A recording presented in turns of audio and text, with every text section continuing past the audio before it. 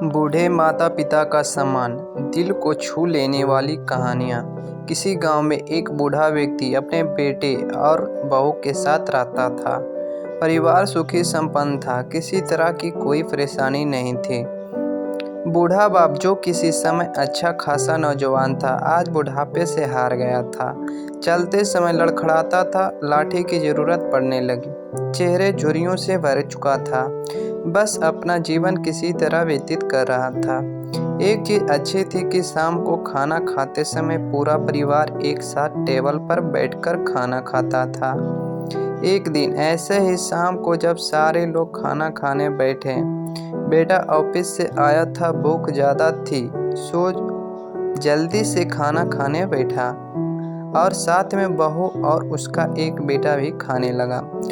बूढ़े हाथ जैसे ही थाली उठाने को हुए, थाली हाथ से छिटक गई। थोड़ी दाल दो टेबल पर गिर गई।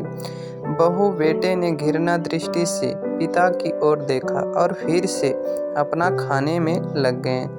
बूढ़े पिता ने जैसे ही अपने हिलाते हाथों से खाना खाना शुरू किया, तो खाना कभी कपड़ों पर गिरता तो कभी जमीन पर। बहू चिढ़ते हुए कहा, हे राम, कितनी गंदी तरह से खाते हैं, मन करता है इनकी थाली किसी अलग कोने में लगवा दें।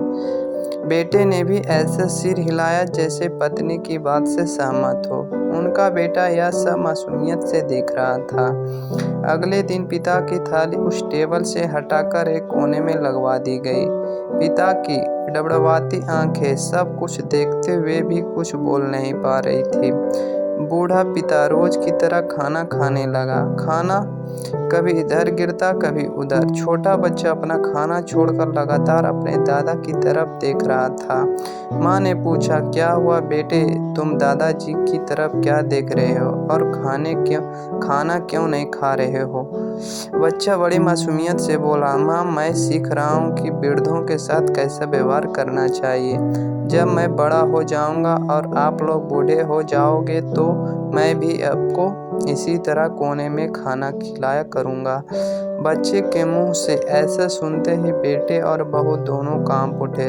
शायद बच्चे की बात उनके मन में बैठ गई थी, क्योंकि बच्चा ने मासूमियत के साथ एक बहुत बड़ा सबक दोनों लोगों को दिया था।